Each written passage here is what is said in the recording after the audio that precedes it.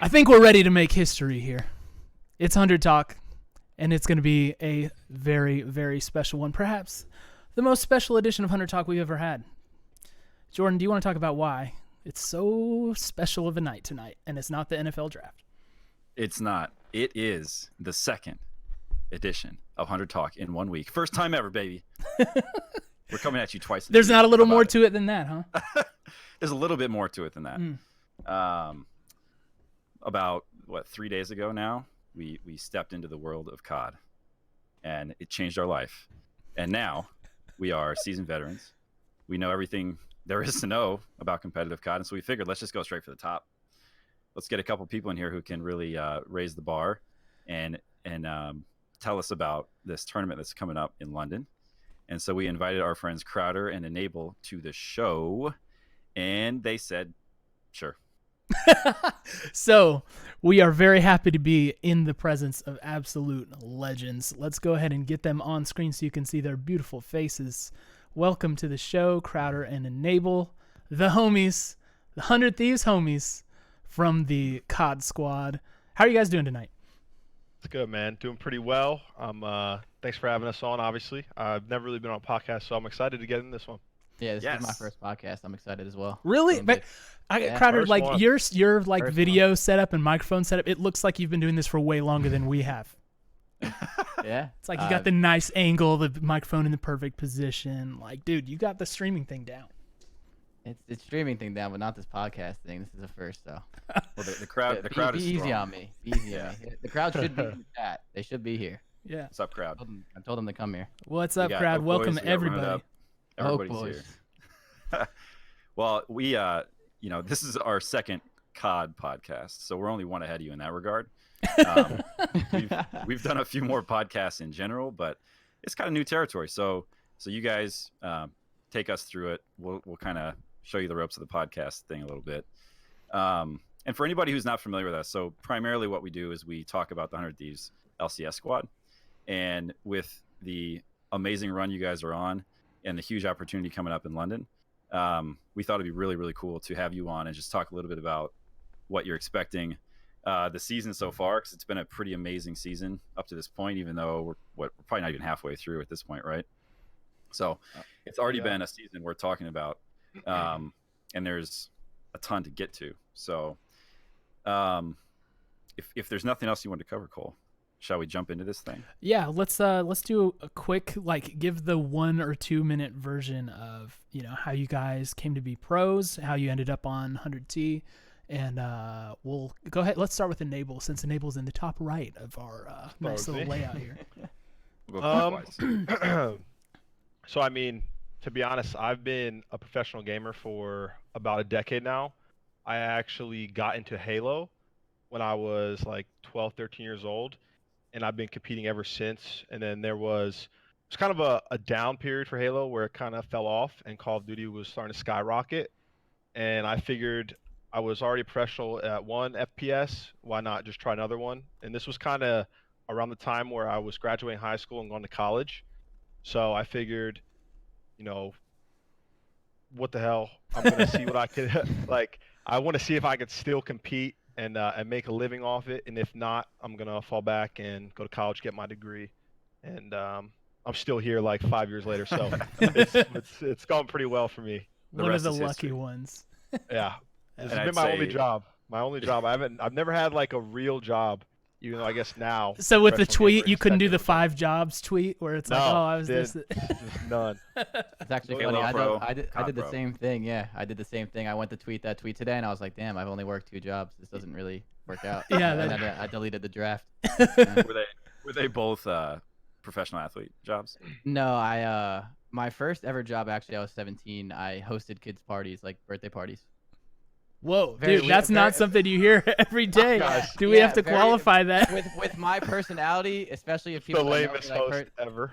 Wait, for yeah, birthday party. no, I was probably not the best at it, but listen, man, I had to get paid somehow. Did you work at like a Chuck E. Cheese or something? Like, No. It was a family-owned business, like a family friend. She opened up a kid's birthday party place, and she asked me to work there, and I did. I mean, nice. I And know. then you went to her one day and you're like, yo, I gotta quit. I'm going to play a professional tournament. yes, And I that's wanna make a exactly lot of what money. happened. Yeah, That's a good way to do it if basically you're gonna what go happened. out of the biz. Securing the Oh, yeah. bags from I age can't show up 17. no more. Yeah. Yep. Nice. So Enable, you've been doing this basically since you've been doing anything. Yeah, as long as And- I can remember, to be honest. Yeah. So at this point, it's you're like the seasoned veteran of the group. Crowder, what's your path been Other than Uh, hosting parties. other than hosting parties? Kind of the same thing. So I started playing like video games like when I was super young, but I started playing Call of Duty in Call of Duty 4. I think it was 2008. I think that's when I got it for Christmas or something, and I ended up going like pro. They said back then like online with like JCap. JCap was one of my first teammates, and we went like pro online when I was like 13 or 14 years old, and then ever since then I was considered like a pro, but it didn't really all start until I probably turned like 17. I was on VVV Gaming, and we showed up to our first ever major together, and I got third place. I think it was MLG Dallas in Black Ops 2, and then ever since then I kind of ended up here. That's pretty crazy that you and JCap were like duos. That was long ago. that was like literally one of my first ever like teammates / friends I met like online. You know what I mean? Okay. Like one of them. So he wasn't like the kid who lived down the street from you. No, Wow. that was classic That- on LG. Yeah, that was that guy. Crazy. Yeah. That's pretty unlikely, and especially that he just got. Is he on EG now? JCap? He just Yeah, signed Jacob's up, on EG now. Yes. so he's still in the game too. That's cool. So then tell us a little bit about how you guys got into this most recent org. Like how was Enable? We heard from Mud Dog that you were kind of like, working the Oak Boys house a little bit, trying to put in the good work for yourself. It was a weird situation just because at the end of the World War II season, going into Black Ops 4, we had like 2 months, I think, of off season, but the players and the orgs really didn't know if the next game was going to be 44 or 5v5. Yeah. So obviously, my old TK team, me, Kenny, Pharaoh, and Accuracy, we won season 2 playoffs and then got second at champs. So in my mind, going into this new game, I kind of thought we were going to stick, even though we were upset with our placing at champs. But I also knew that Nate and 100T had wanted Kenny and Jay Farrell for a while, like even during World War II when they knew that they were going to get back into the scene. Yeah. And so they actually got both of them pretty quickly after champs ended. And like I said, at that point, still people didn't know if it was 44 or 5-5. So they basically already had 2 players locked down. And they didn't really hit me or Lamar up at first. And it got to the point where they signed, I think, Sam. Octane was the third. But no one knew at this whole time that if it was 44 or 5-5. So me and Accuracy were actually going to make a team under Splice. And I don't know who was going to be. I think like there were a couple players that we were talking to. And we almost like secured that team with the org. And then last second, I don't know what happened, but I don't know if like certain players couldn't get out contracts, whatnot, because there's obviously a lot of stuff that goes on behind the scenes. But they reached out to me, and they wanted me and Accuracy, but some stuff went down behind the scenes. Long story short, but that's how I ended up. I ended up on 100T. Honestly, it was like a last option for me because I thought I was going to be on Splice with Accuracy until they reached out once, and this is like kind of when everyone knew it was 5-5. So. So it wasn't like set in stone for a while, but I mean, I'm glad I got the opportunity to be on the team, and I couldn't be happier right now. Yeah, it has certainly worked out, and we'll definitely talk about kind of the interim because it wasn't always working, and I think that's a really interesting story too that I want to know more about. Yeah. But Crowder, I think your path to 100T is really interesting as well, in that it feels pretty unconventional, and I don't know if loans are popular or common in COD. I mean, certainly it's not something we see in LCS ever. But like, how did and the short version, right? Like, how did that go for you? Mine's like a sad As much story. as you can say. Yeah, of course. The whole loan thing is definitely a first for me, and I think a first in the COD scene for the most part. I'm not really sure if that's a first, but it's not it's not often that you see it. But basically, I was obviously a pro player on FaZe, and we did pretty good last year at champs. We picked up our 5th player this year, and we were trying to qualify for the pro league. And we didn't do much of anything right on that roster. Got And smoked. right Right out the league. Man. Get him out. Yeah. Right out the league. We had the wrong roles. Right We into the had- retirement home. Get him yeah, out of yeah. here. Nothing worked out very well for us. So we basically ended up obviously not qualifying, and then I had a few offers to play like and find like probably play in the pro league eventually, or like have like some pretty good solid rosters, but I kind of thought about like what I wanted to really do, and streaming's always been like my favorite thing to do. And then on top of that, like I really like thought I understood this game. I think I had a long conversation with Ian at the Pro League qualifier, like during like the tournament. I'm pretty sure about how like Yeah. how much I feel like I understand like how to play hard point in this game and how easy it actually is. Like if you can just get everyone to do like be on the same page. So I kind of thought about what I wanted to do, and competing is obviously something that I've always loved when I was little bit younger. But I feel like with how knowledgeable I could be, I feel like coaching a roster on an organization as prestigious as 100 Thieves would be like probably better. So Yeah. when I kind of like got that offer like in my head, I like thought about it, and then I came to the decision that I was going to try that instead. Now I'm here. Well, from a fan perspective, very glad that that's the decision you end up making, because I know a lot of people are going to give Tony Totino the credit for that, but I think that there were some other changes that's around the same time, and certainly it seemed like it worked out. So Yeah, and glad in our chat with Mud Dog the other day, he had some high praise for what you do from the coaching perspective, and that's really cool to hear. And we're obviously grateful for that. And then I want to talk to you after the podcast about you running my personal life, because it sounds like you could make some improvements there too. So we'll put a bookmark in that and talk about that later. Yeah, right. maybe down the road career if, once you've won all the championships you can possibly win. I probably don't pay quite as well as 100 Thieves does, but he would we'll be a talk pretty about good life coach. He definitely could be a pretty good life coach. it. Yeah, bring on the He's goats. a good coach. I mean, how different could it be, right? Real life So- video games, same thing. Yeah, Yeah, COD, same stuff. finances, it's whatever. So obviously we're kind of at a high point right now, just going into London. I think consensus is that you guys are the number one team overall, just after cross-divisional play, kind of the statements you made there. So that's a high. I know there's been some low lows too, and I'd say we talked to when we were talking to Mud Dog, he talked about kind of that series where we were down 2 maps to 0, and it was pretty much razor's edge on whether or not we would make it to CWL. So what would you say? And I'll start with Enable. What would you say was the low point for this season so far? And when were you convinced that we had actually turned a corner kind of as a team? The low point was definitely the first event, CWL Vegas, going into the last chance qualifier.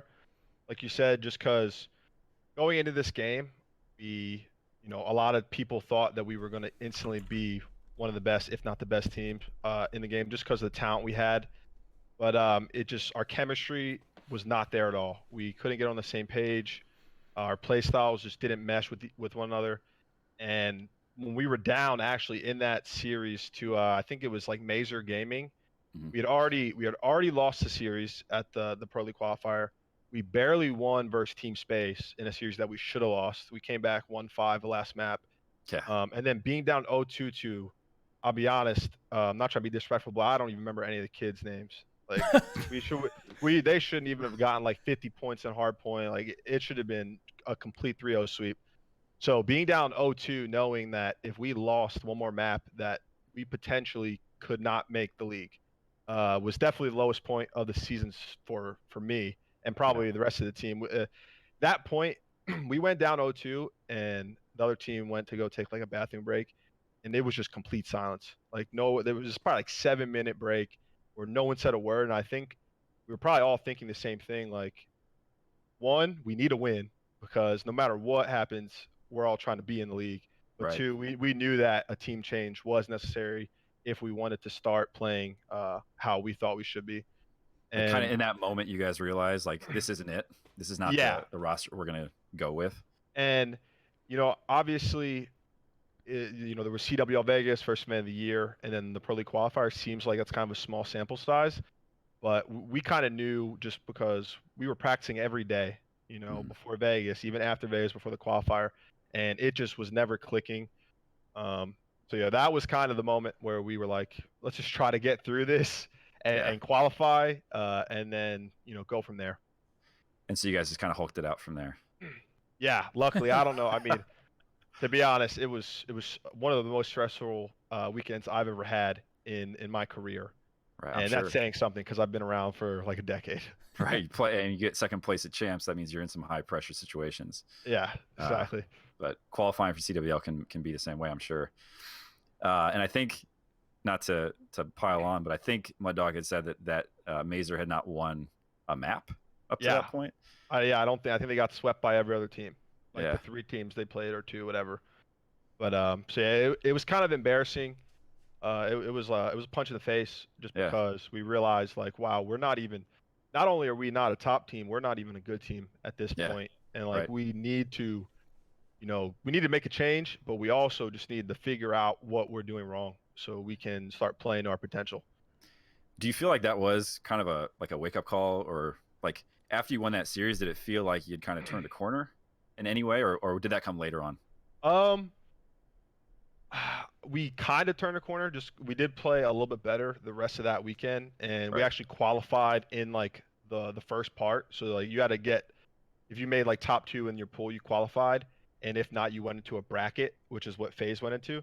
So we actually ended up somehow making it out before that, which was good, obviously, because that would have just been unbelievably stressful. But I think the real turning point came the first part of season 1, like the first 7 games we played, is when after we had picked up Preston, where we started realizing, you know what, we're finally getting on the same page and getting better as a team and individually, and we're starting to play up to our potential.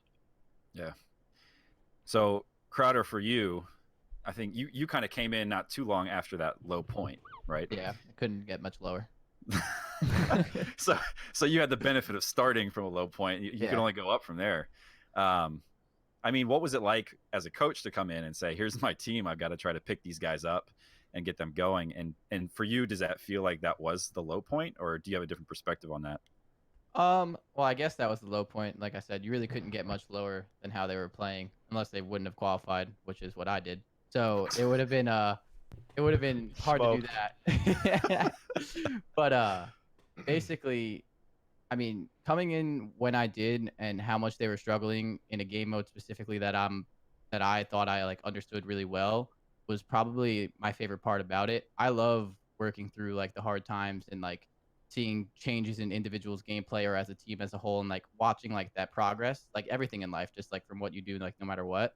I think that's like an awesome feeling, or it's like awesome to watch. So me joining 100 Thieves when that was like the stigma of their team that they weren't good at hardpoint, they weren't that good, like Salmon or Slasher and Octane can't be on the same team, like all that crap that was going on. Like I think that was like super like motivating for me to like come in and help and do my best to turn this team around and like become that top team that they were anticipated to be, like when the game first started. So when you came in, you could still see the potential in the squad. Oh, of course. When you have players that can shoot as straight as these players on this team do, like it's not 95% of the time, it's not about, oh, this player's not doing well, this guy has a bad KD or anything of that sort. It's usually players just aren't going the right way on the map, and they're not doing like the little things like teamwork wise that are causing them to have such terrible trades and so much more in-depth things that like I really go into for probably about 7 hours that I'm not going to, but yeah, join us next week. It's basically I could talk about that for way too long, so I'm not going to. But yeah, it's just the little things go such a long way in Call of Duty, and a lot of people, even some other pro players, like don't see that sometimes, and that's like something that I really like doing. Was there a moment for you, Crowder, when you were like, yeah, okay, we're definitely going to be the number 1 seed? Like, was there a specific time where you like realized the capability of the team was culminating with the actual performance on stage? Yes and no, because I know like practice and online scrims don't always mean you're going to win the event, and they don't always mean you're going to do bad at the event as well if you're not doing very well. But I think when I first joined the team, I still have like map records and stuff of how we were playing, and I know I did an AMA on the 100 Thieves Reddit, and I answered someone's question with it. I'm pretty sure they were like 4-20 in their first like 24 hard points when I first joined as a coach. It was bad. It was bad. Like I'm pretty sure the first day we played like Optic and LG like right off the bat, and like we just got completely ease into it. Yeah, no, basically, and we did so bad, and I have all those records of them doing so bad, and the best part about it was, like, we had so many long talks and VOD sessions and so much work and, like, philosophies of each individual player of, like, how to play the game, like, come into one, where I think it was, like, a week and a half, 2 weeks in, it went from, like, 4-20 to 20-4. And obviously, it's just online scrims, but that's a big difference. Like we Yeah. we were actually winning maps where we weren't winning maps a week when I first joined. So That's when I crazy. saw that happen, and everything that we talked about every day was just individually just getting better, little by little by little, hill by hill by hill. I saw that, like, with how well they learn and how much they actually do, like, take the VOD session seriously, and, like, they really try and get better every day. I knew it was definitely possible we'd get that one seed eventually. So after you have these sessions and then you're watching them scrim, are you seeing the changes in their play like from one day to the next kind of Oh, thing? definitely. I can see that with individual players I've worked with on this team that I've seen, like, hey Chris, or hey, I'm not doing this good. Like, am I doing something wrong? Like, am I challenging the right way? Am I positioning myself wrong? Having that conversation with a player, and then literally the next day, watch their stats in the scrim go from, like, low point to high point just because of the way they're playing and what we talked about change. And on top of that, like, every time we have a bad or a good day, like, the things that we talk about the day before, I can see that change the next day. Like, that next exact situation, we Yeah. try and do what we talked about. Sometimes it doesn't always work, but then we just obviously go back to the lab and kind of fix it again. But I see changes individually and as a team, like, every day. That sounds incredibly satisfying. Yes, it is very satisfying. Yeah. And obviously with good results. So enable for you, having been on this team before Crowder was coach and after, what would you say has been the main difference you've noticed? Having and I think I picked up on that immediately. Like when we announced that Crowder was joining as a coach, I was like, Mhm. well, what do you mean we didn't have a coach before? Yeah, how does that work? And Yeah. Mud Dog kind of he kind of enlightened us on that's not always part of a squad. So for you, having played without the coach and now with the coach in place, like what is it different for you? And if it's the same thing that he just said, then you can just say that. But from a player's perspective, how's it been? I mean, from a player's perspective, I think the biggest difference is, or the biggest difference that Chris made was just before we had him and on our old team without Preston, every day for practice, we just seemed to butt heads with one another. Mm. And majority of the time, it was someone on the team with Pharaoh. But when Chris obviously joined, he's always had a rep of being a very smart player, always making the fundamental plays. Horrible individually, talent wise, but he's a smart player and he knows what he's doing. So, we all have.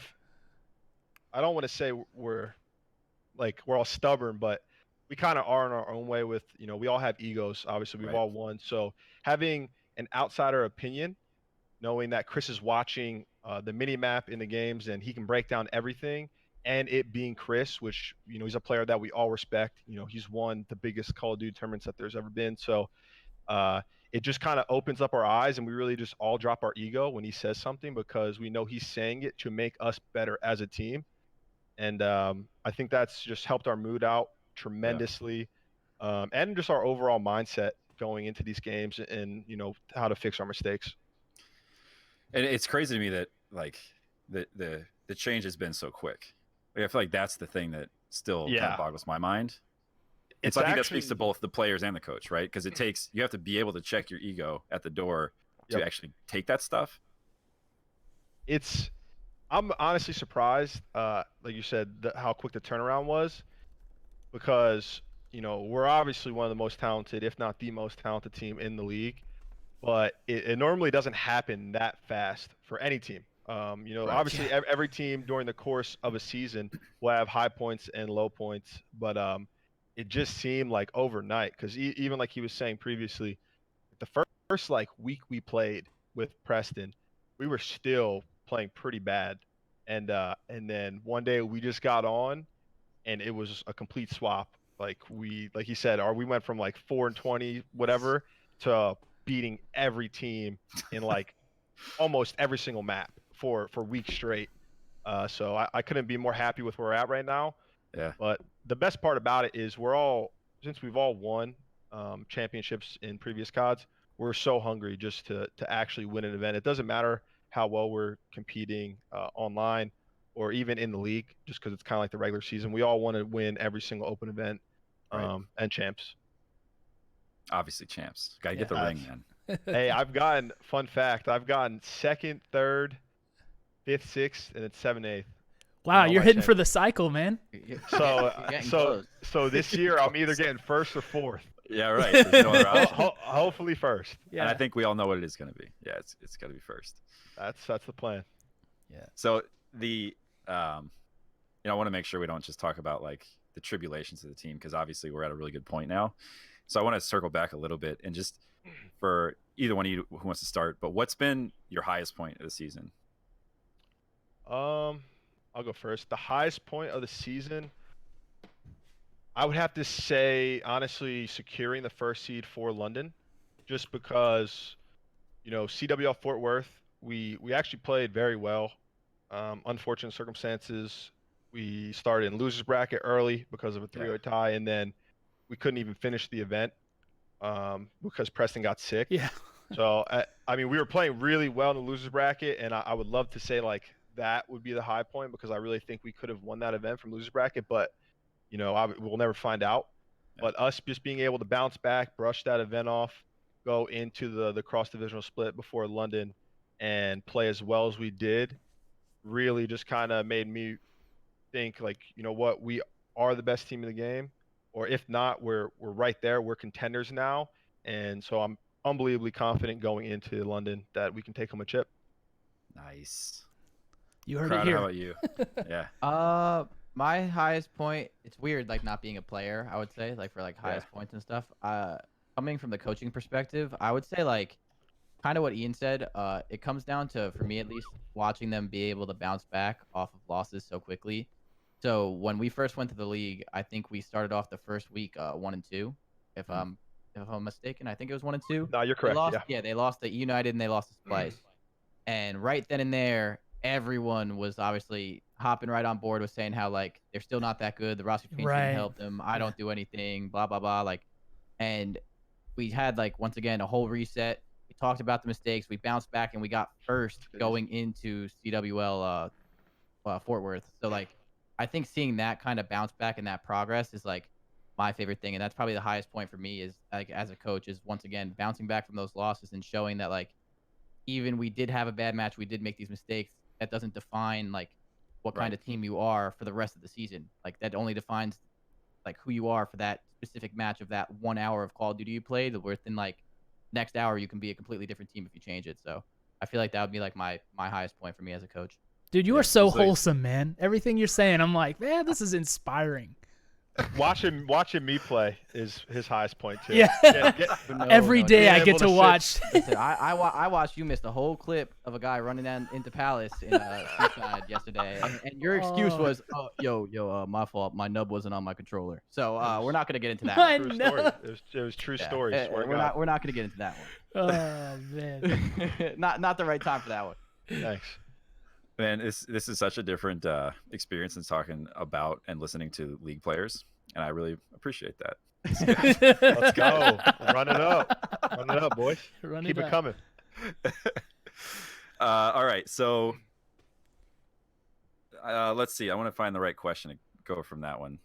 Crowder, you talked a little bit about just it's different. Like the highest high is different when you're not a player, right? As a coach. What has been the hardest thing for you of being at these events, watching the team play, and not having a controller in your hand? Oh man. Well, when you're a player, you can obviously not see through walls with the X-ray vision that you see in Codcaster. Like, yeah, that's right. So like me watching like what's happening and say if like someone's pinching them in a hard point and like they don't pick up on it, or like it's an obvious play, but like obviously they can't see through the wall, but I can. Right. So it's like it's like super annoying to watch, and like that's probably the hardest thing is just watching them and like staying calm, honestly. And it's so weird because if anyone knew me as a player, like I've been in some of the highest pressured situations, like from champs to everything, and I've usually never showed like that crazy of emotion. But like watching them play, I feel like I'm losing years of my life, like when I'm playing. So like it's definitely watching them play and like everything we've worked on through and like watching a mistake happen or watching just a good play from the other team happen and like them not being able to do anything about it, or like especially actually, you know what? The hardest thing is when they don't pull out flak jacket when I went on stage. That's what I was waiting for right and there. When I went on stage, that actually just clicked in my head. I go on stage and I tell them, make sure you guys track flak jacket. It's going to be one of the most important things in a close match. And then you see the other team have the flak jacket or have the war machine, and then here comes Enable around the corner. Oh, I have flak mask on. Yeah, so that's probably the hardest thing is watching a mistake happen and not being able to do anything about it or like help out in a way. It's like watching a car crash in slow motion.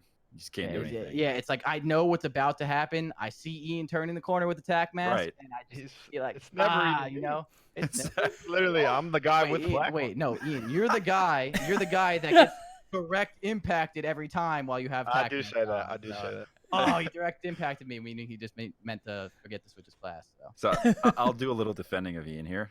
And what I know about we're taking sides here, huh? All right. He's the first one into the fray. Yeah, he's the first one into the fray. What do you expect? I mean, he's putting his life on the line just so that the rest of the team can set this up. You could do that with flak jacket on too, though. You could do that with flak jacket on too. Hey, heat of the moment, stuff happens. Yeah, What are you gonna do? Yeah, you forget your flak jacket at home. That's what happens. So this is really entertaining watching you deal with criticism from your coach live in this context. But one of the things that we were curious about is, Ian, for you, like, how do you handle the criticism from the community at large? Like when you guys aren't performing well, like do you just go 0 dark 30 like LeBron, or do you just try and process it? What's your thing? I've been doing this for a long time, so I've gotten good criticism, bad criticism plenty of times in my career. And obviously I know when things aren't going that well, you're going to get a lot of hate on social media. And for the most part, I honestly just try to go 0 dark 30. I don't completely block it out because some of the criticism is fair. And it's good to be aware, like, what, I didn't play well in this series, or we didn't play well as a team. But for the most part, I just try to keep my head down and focus on the mistakes that I need to fix, and really just don't worry about any of the outside talking, just because it's so easy nowadays with social media for anyone to, make an account and just start typing up tweets, send them to you. Like, we could win. We beat Optic in the league or whatever, and I was still getting people just roasting me. Yeah, like, of course. Like you're so horrible. You shouldn't have deserved to win that. It's like you can't win sometimes. Have you considered a burner account? Take the Kevin Durant approach. No, I'm not taking the Kevin Durant approach. But I think I might have one actually. I don't know. Just in case. Like I said, I've been doing this for so long. You just kind of get used to it, and you start to build thick skin. You don't really let it get under your skin. Wow. No, but that's why you get thick skin. It's such a it's such a logical approach. Like, yeah, you just shrug it off, you move on. It's the so best way to do it. It's so hard to do though in practice, right?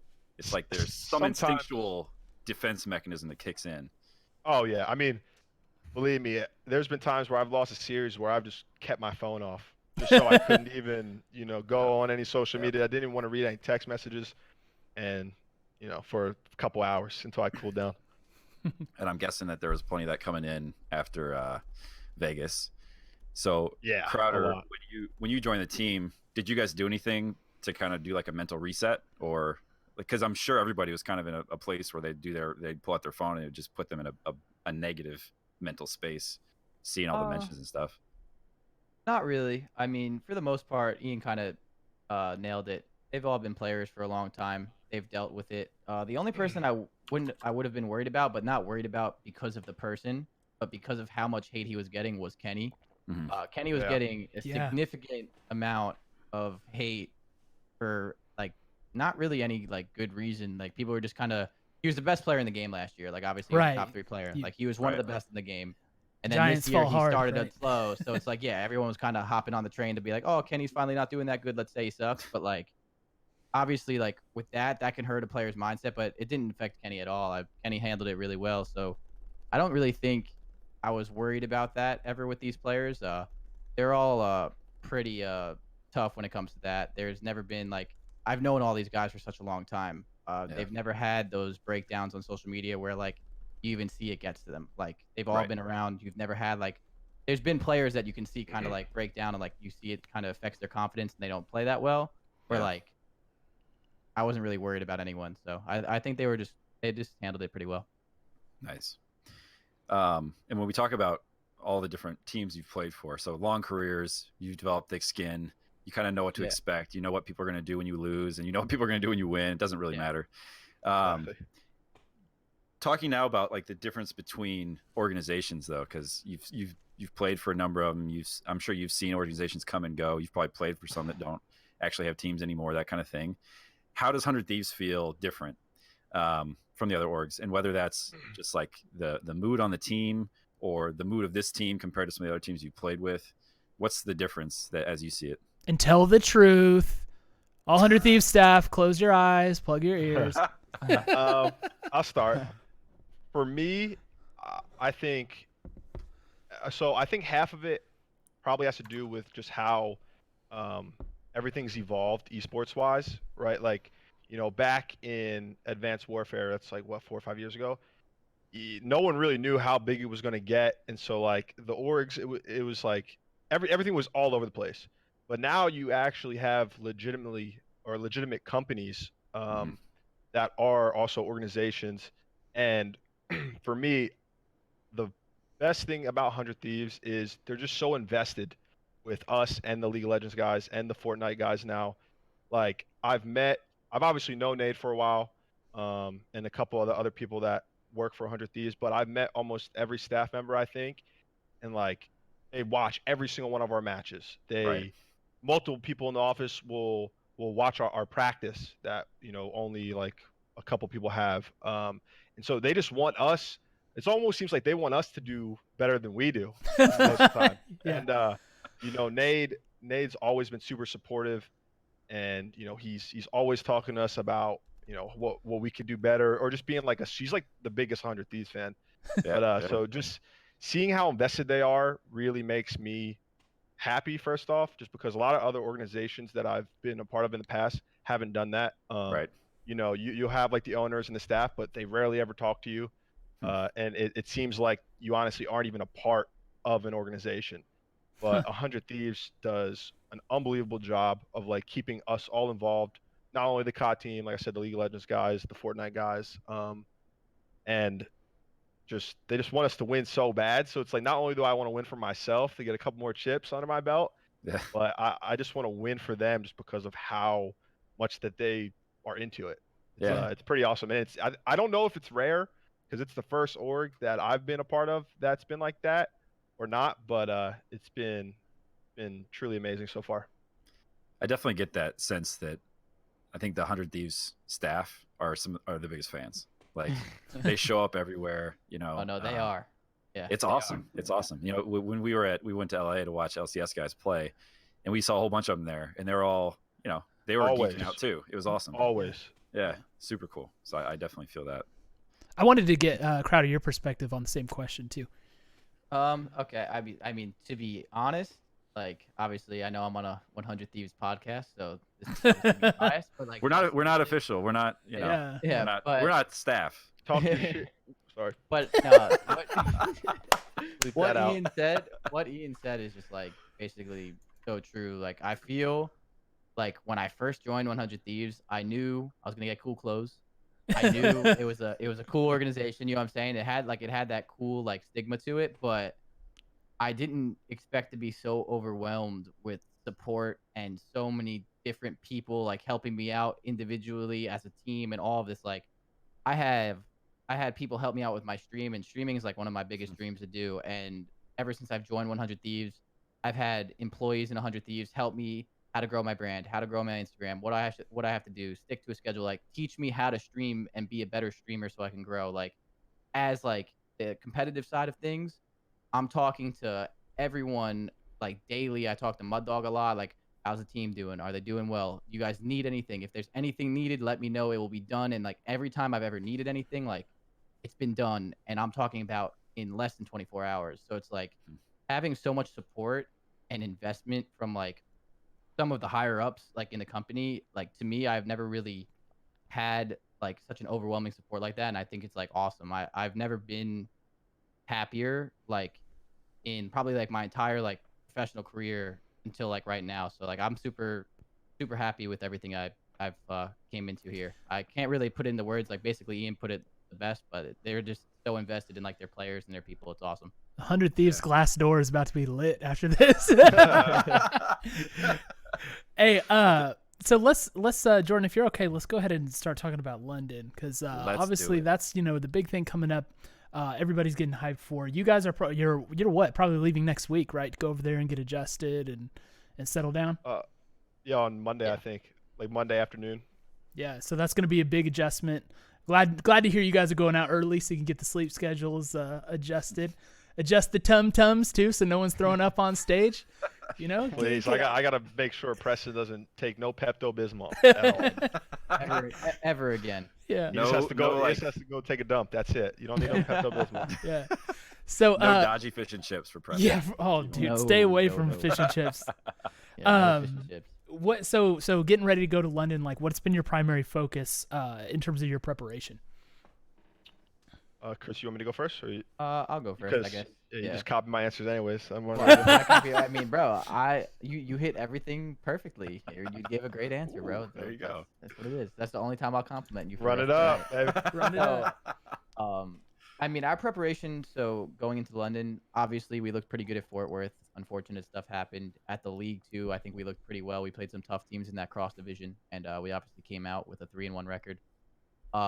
So we basically just wanted to kind of keep up with what we're doing. We've been playing so well in hardpoint and control that we didn't really want to like fall behind and let other teams like catch up too much. So we were just kind of polishing the gameplay and making sure like we obviously had a few worse maps than others. So going into this event, we really wanted to focus on like expanding our map pool, because if you can always play and like have like a big map pool where like if the other team can't veto your best map because you have 3 of them, you're always going to be at an advantage in the series, Yeah. So even though we did have that first seed, we still were super, super hungry to improve and make sure we're getting better at specific maps and specific game modes, because that's going to take you such a long way in series. Obviously, like for the most part what you're vetoing against certain teams, so you have to really make sure like when you play this team, like if they're going to get rid of this best map, you have to have another best map. You know what I mean? So we just kind of prepared of expanding our map pool and making sure our teamwork and our situations and how to break and how to approach and basically every technical situation we can get into, we can snap our fingers, make that decision, and go from there. So I think we've been doing a pretty good job of it, but we still have a few more things to learn still. Yeah, and even if people are preparing for the team we were at the last event, all the different stuff we've done since then, right? We were still the best team at the last event, so everything we've worked on is just going to make it that much harder for anybody to step to us, which definitely, I think, good. That's the plan. To add on one thing, what he was saying, I think one thing that we were really focusing on a lot didn't even have to do specifically with Call of Duty, because like Chris said, right now we're probably the best respawn team in the game. So, we obviously can keep fixing the minor mistakes or some of our maps or hills in a map, but a lot of the times when a team is really good, how I was talking about before, like they're at their peak or they're at a high point, they start to lack effort. And they start, especially, obviously we have, but especially if you win an event, you start to lack effort, really not go as hard in practice. And that's how those teams start falling off. And we kind of felt ourselves, Chris brought it up probably like a week ago, where he was like, guys, like, you guys are trolling too much. You're like, he's like, I literally can see you guys not trying. Like, you're not giving it 100%. And obviously it's no excuse. I really do feel like that's just a natural thing a lot of the times, is because it really is hard in any professional sport to like stay consistently at the top. So I think for us, we were just working on every day when we get off for practice, we're going to go 100%. We're not going to complain about anything, not going to troll, and really just stay on the pace that we were on before Fort Worth, and then also the cross divisional play in Season 1, because like I said, we are the best respawn team in the game in hardpoint control, and I think as long as we just keep giving all our effort, we're not ever going to slack off, just because we're always going to be able to find new things. Like even if we're playing really well on a certain map or a certain situation, like we're always going to find a better way to play it. And like you said, since we're already ahead, if we keep finding better ways, people are going to have to just literally they're going to have to copy how we play. Right. And then that just goes right to us, because now you're playing our game. Right. So Or they're working to get to the level you were at the last event. and now, yeah, we're already a level ahead then. Yeah. So. It's kind of interesting how you with the different event schedules, right? You build momentum throughout the course of the season because, and I guess scrims, people are probably picking stuff up from scrims, but Yeah. mostly what they're looking at is how did they show up at the last tournament and what do we think they're going to do this time? Exactly. Can I ask, like, just with the tournament format, you guys go into a tournament knowing who your first few matches are going to be against, but after that, it's kind of a toss up. Do you feel like the schedule allows you to properly prepare for specific teams, or is it more of just like you're focused on your own play process? So yes and no. So league matches are much different in my opinion because it's one match a day, so you have so much time to prepare for that specific team, and obviously both teams kind of know that you're preparing for each other. But the tournament style of like obviously playing back-to-back matches and you really don't know who you're going to play next because you obviously have a few pool play matches that you can prepare for. And then after that, it's a bracket. You don't know if the other team, like which team's going to win on your side. If you lose, if you drop in the losers bracket, what like teams are in there. Like there's so much to kind of like predict. Yeah. So I feel like the best way to prepare for tournaments is kind of what you said. You really have to make sure your own game is perfect. You want to create a recipe playing with your team that is the most consistent way of playing. Like you're not obviously always going to win. You're not going to show up and win every single match you play. It's not possible. Obviously, we would have seen that already. It just doesn't happen. But you want to create like a recipe of playing where this play works 9 out of 10 times. So we want to obviously stick to this on this certain hard point. Like, and when you can get to that point as a team and you kind of hit that high point or that peak, that's when you start seeing yourself. If you're not going to win the event, you're getting third, you're getting second, you're getting fourth. You're not getting 16th or first. Right. You know what I mean? You want to really close that gap because if you close that gap, you're always going to be at the very end of that tournament where one or two plays could either make or break you. And that's kind of, I mean, you'd probably rather be there than 16th watching Sunday. You know what I mean? Right. So Right. it's all about kind of finding that consistency within your roster and within your gameplay. I think that's the most important thing.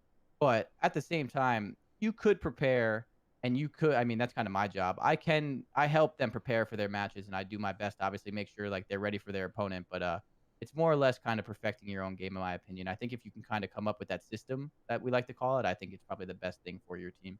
The Crowder system is what we call it. Yes. Patented, trademark it. Other people will be looking at trying to take notes on how you reach the very top, no matter where you start after the season's done. Speaking of reaching the very top, when you guys think about this season, right? So there's a big event coming up, obviously with London. I know that that's an important one for you all to get the first championship for the organization. That would be a huge milestone for Thieves overall. When you think about this season, what are some of the things that you think about? I mean, obviously everybody wants to win COD champs, no brainer. Of course. But what are some of the things that you feel like would allow you to leave this season feeling like it's been a success? Or is COD champs it? No. It's definitely probably the highest up on the totem pole, but for me, it would be winning London, whatever event's next, the event after that, the next one, and then also champs. That would be a success for me just because I'm disappointed after every event if I don't win it. You know, even if like Chris said, your team plays really well and you place anywhere in that kind of top 4 area. But for me, I wouldn't say it's like a revenge thing, but with how we started this season and all the criticism we got, not only from the community and other teams, other competitors, I would really just want to start going on a streak and take a couple chips home. My boy wants to stack the W's. Yeah, call it a revenge thing. I think that works fine. Yeah. There you go. Okay, it is no problem with that. Yeah. Thinking about the start of London specifically, I mean, there's been a lot of talk about your group that you're in. How do you guys think you match up against the other teams in your group? I think we actually. Were you trying to answer? No, you're good. Yeah, get out of here. I think we actually match up very well versus every team in our pool. We have Optic, Reciprocity, and then E6. Obviously, E6 just made a roster change in the last roster period. So we haven't really played them. But I know the last couple times we played E6, I think we probably beat them like 3-0, 3-1, 3-2 in our last 3 matchups. Reciprocity, we obviously 3-0'd them Mhm. at the league. We played them at Fort Worth, but we didn't have our full roster, unfortunately. And then with Optic, we played them at the league as well. But I think the reason why we match up so well versus those teams is just because we have so much talent and we play the game pretty fundamentally correct. So as long as we don't make the little mistakes that Chris was kind of saying that we need to practice on before the event, just really perfecting our own craft, we'll be able to beat Reciprocity in E6. And then obviously going up against a team like Optic, they have an unbelievable amount of talent. You could say it's like probably even. So we can't just kind of steamroll over them. Right. That's where it's really going to come down to the fundamentals and playing correctly in each game mode, which I think we're ahead of them at because they're, like I said, really talented, but I don't know if they play the game correctly, I guess you could say, at least in my opinion. Mhm. So I think we're just the most well-rounded team in the game, not only in our pool, and that's going to make it very easy for us to have success as long as we play up to our potential. Yeah, there's something funny going on because it seems like no matter what happens to you guys, your group ends up kind of being the group that seems especially tough, even when it doesn't look like that going into the event.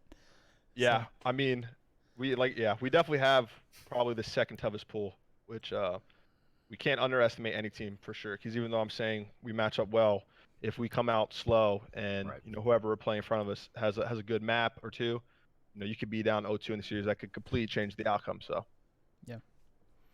Is there a team that you're specifically like, all right, I can't wait to play this group of guys and just trash them, or what? no, I got asked this question a couple of days ago actually, Oh yeah. and a lot of people thought like it'd be like, oh, they want to play Optic 100T Optic rivalry. But I'm the type of person that I just want to beat whatever team is in front of me. But more specifically, I think it would be LG, not because there's any like tension or rivalry aspect. It's just that they did win the last open event. Mm-hmm. So, I want to win the event, but being able to beat them and win the event would just be an even bigger confidence boost. Just Right. knowing that, they were at the time of last tournament, they were the best team in the game. And we were able to take home a chip and beat them. That just makes you feel good. You know what I mean? It really gets the momentum going for the events in the future. Yeah. Great. We'll be watching that series closely. Should be a good Assuming one if we do play them. Assuming they make it to face you guys. I like that. Cole, should we do like we're kind of coming up on the end of the time here. Do you want to do a couple of the more random off-topic questions? Yeah. So we had a bunch of people in the 100 Thieves Discord and on Twitter as well send us in a bunch of questions, and we kind of pulled some of them for you guys. So if you don't mind, we'll just ask like some kind of quick questions, get your take on them. You don't have to give 3-minute answers to all this stuff, but let's start with what is the greatest Call of Duty game ever made? Black Ops 2. Advanced Warfare. That's just not true. Hands down. Advanced Warfare, and I No, won't be told no, otherwise. that's biased because you won a bunch of it. I won champs in that game, and I still think that game sucked. Yeah, I was gonna say. Oh you man, did that win was champs with you that, just so. pulled a card on him, man. That was Yeah, no, crazy. Yeah, it's Black Ops 2. It's It's Black Ops 2. I didn't play that one though competitively, but it's definitely It's Black Ops 2. Ops 2. I played a lot of Modern Warfare and Modern Warfare 2. So Oh, that's before my time. Those That's what games I'm were going with. fun. Those games were fun. I'm speaking strictly competitive. I'm not Right. talking about Did they, I guess they never had a competitive scene for that, really. They did technically. It was called Yeah. Pro Circuit Ladders and stuff, but like it Right. was like 8 teams. Yeah. Yeah. And a bunch of just like random internet players, probably. Yeah. All Chris right, is next one of question. them. Have you settled on the conditions needed for John Robinson to get a Run It Up tattoo? Is it COD champs? What's the trigger?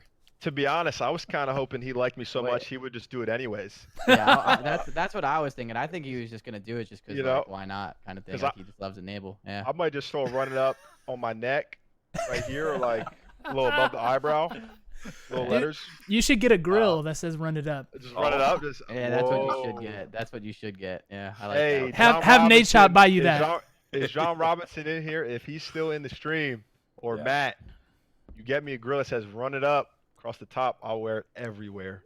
I think that You that could even feels put like a 100T logo like on the edge, in diamonds. if you know that I imagine that would pair nicely with the COD Champs ring. Yep. Get both of Just those like going at just the like same that. time. By the way, Yeah. John's still in chat and he says we win worlds. That's the Oh, condition. say Ooh. less. Say less. He's gonna regret that. Because I want to be able to decide where it's placed. Like, it can't be like on a thigh. You got to let it be known to the world. Now you're running it up. Because Yeah. if you're not letting everyone know you're running up, you're not really running it up. That's This is the right. beginning That's of- against the run it up philosophy. Exactly. That is true. We're bringing neck tats to competitive COD. They've already made it to World Soccer, but COD's next. Yep. We're the first 100T. We're just covered in tats. Neck, arms, Yeah, little man. face here and there. If we win Worlds, I will get that tattoo. That would be. Oh, you might have yeah. just. You just went on record on our own It's on channel, record man. now. Honestly, it's on yeah. stream now. Yeah. Okay. I recorded. like this question. If you guys weren't professional FPS players, which genre of game would you want to compete in? Ooh. Or is it FPS, nothing else? I mean, You got a Switch now too, so I know that. Are we You're talking? right. Are we talking strictly gameplay or like with everything yeah. involved? Like without like money. Like there's an tournaments, alternate sponsorships? universe, and Enable is the best competitive farming sim player. Okay. so it has to be, so it has Oh, to be okay. competitive. Yeah, competitive. I don't know. Yeah, you can go first. Let me think for a second. I don't know. If it's not FPS, I mean, I feel like being like a League of Legends player would be awesome. What is that, MOBA? I don't even know what That's that MOBA, is. I'm Yeah, pretty MOBA. sure, yeah. Is that MOBA? Yeah, I'd be. Yeah, because I feel like that's so much like strategy behind it as well, like as like skills. So I feel like that would be like pretty awesome to be like one of the best like League players. I feel like with all the hype around League as well, I think it'd be cool. But just in general, I feel like that'd be really cool to like have like I feel like there's so much thought that goes into like League of Legends, and like that's like right up my alley. So I feel like I'd want to do that. Keep an Yeah, eye out. I'd probably be the next faker if I attempted. Yeah. I you don't know about all that. give him 6 months. He'll be I've on already, SKT. I've already completely dominated FPS, so Yeah. I might as well go with MOBA next, or Battle Royale. It doesn't matter. Yeah, either one. Easy pick. Well, if Battle Royale counts, then I'd probably pick that. But I feel like that's like a first person. Fake Subset. competitive. Yeah, that's still a subset. So no love for the fighters, huh? No, I don't No like those chance. games. I'm so bad at Wow, fighters. I'm kind of Never surprised caught about my that. eye. It's not that I don't like those games. I just like as a competitive standpoint, I like playing those like with my friends like for fun. I can't get like super serious with those games. When it gets down to like the frames, you like gotta and, hit Yeah. and the crazy the block, combinations yeah. and stuff is just not my thing. Yeah, Yeah, all like, right. I would just button smash. That would be yeah. it. Fair You're enough. Like I Easiest can't understand player. why he's winning all these championships. All he does is mash on his controller. Like, And it if you works. mash faster than they mash, you'll probably win. So this one actually came from the esteemed John Robinson. He wants us to Oh. ask, why Let's does go. Enable always wear winter hats while playing? Temperature or superstition? Ooh, well, funny enough, Definitely it's not actually superstition because it's, you were it's getting neither. smoked by me when I played. Yeah, okay. Good try. It's neither. The answer's not a good one, but whenever I pull out the beanies, it's because I just haven't got a haircut and my hair looks so unbelievably horrible. I'm almost you're- like oh, embarrassed yeah. for myself His to hair be gets up on bad. main stage, so I just put that bad boy on. I'm good to go. You can't even tell. Yeah, your Wow. hair gets ugly. Yep. Ugly. I mean, and it's comfortability. Yeah. Something nice around the ears. Yeah, we'll go with Okay, that. all right. So we need to get them to hook you up with like a nice little cashmere thing going on, make it extra Yep. soft, extra comfortable. Little 100T cashmere. You can put a little thing on top of the beanie. There we go. Gotta get I- that wait, fuzzball. I- There we I- go. I Winter I went in my 2019. beanie phase in AW when I won champs. I was in my beanie phase as well. We got to get like a montage on Should Twitter. have brought it back for this year, and you maybe would have made the league. brother. Maybe. Oh. Then you wouldn't be doing very well, would you? Dang, man. I don't want to ever get into an argument with Crowder. You would still be running the wrong way on the map. This guy loves me. The hard It's, point rotations. it's embarrassing how much he loves me. I think we even saw in 02100 Slasher was starting to wear a hat. Is that right? Is he Oh, picking yeah. up on the hat craze now? And is He's that not- wait, superstition? Oh, not he's not allowed. taking it off. Wait, he's not allowed to take that hat off. And I think that's a superstition thing because every time he has that hat on, I think he won Black Ops 3 champs with it. He is absolutely unbelievable. So we're not. He's not. That's glued to his head. So That's the hat. Like that Yeah. is the yeah, same that is one. that's never allowed to be taken off ever. All right. I'll He Google it it's on like- the tested it. fly He after. tested it. Yeah. He When tested the London it, bonds didn't start work. coming out, we're gonna see Crowder with his beanie. You're gonna have the 100 Thieves winter hat on, and Slasher, of course, with his And headgear. Kenny's got the bandana. Yeah. That's right. He's Yeah. got the bandana. All right. So much headgear, apparel, style in this squad. Octane wanted to wear do rag, but we vetoed that. Yeah, Yeah, we we vetoed not let that it one. happen. Yeah. Could be lucky, man. You never know. We No had a chance. team vote and it was turned down. It was 1 to 5. Yeah, 1-5. 1 to 5. All right. Well, I think we're coming up on the end of our time with you guys, and again, we just want to thank you for being here and entertaining us while helping us to learn more about your personalities and more about London too, because we're getting super excited for that. Did you guys have any like parting words? Anything you want to say about what's coming up? Anything you want to say to the fans who may be listening? Go first, Chris. Ugly. But, and I mean, I was just gonna say that we appreciate all the support and all the positive vibes that you guys bring us. Hopefully, we go to London and do what we know what we can do. Take home a W. Guys, soft. How is that soft? What are you gonna say?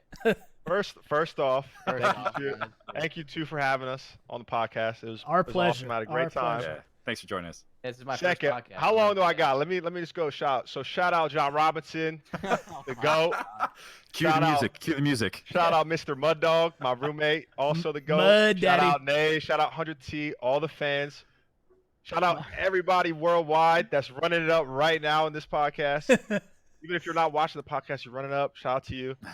And 100T is gonna bring home a chip sooner than later. That's it. That is the plan. Love to hear it. Love to hear Beautiful. it. And Crowder's ugly. Oh, That's it. Yeah. All right. That's Well, the perfect note to end on. yeah, that's gonna be the like take home message for everybody. So Yeah. at least he's so wholesome and good as a person. Like we've proved that with the podcast. So I'm happy. We can't all be handsome. Yeah. I mean, hey, someone's got to do it, so why not me? I Someone- mean, it's tough out here being this good looking, but you know. Dude, that's why they pay you the big bucks, man. So Exactly. I mean, I didn't ask this. You know, Yeah. it just happened. It fell into my lap. greatness called you. So Exactly. Greatness called you. well, again, we wish you guys the best of luck at London. We look forward to you guys taking home the big W there, and then looking forward also to seeing those championship rings at the end of the year. So we'll be running it up on our side. You guys will be running it up on your Hey. side, and we will Love it. look forward to checking back in with you guys after you get the win. So good luck over there. Have a safe travel, and to everybody who's listening, thank you for tuning in. We're very appreciative of the community we have. And just encourage you guys to get in touch with us. Anything you want to talk to us about, we're always here. We're always listening, and we love 100 Thieves just as much as you do. So run it up, everybody. We'll see you next time. Shout out 100 Run it Talk. up.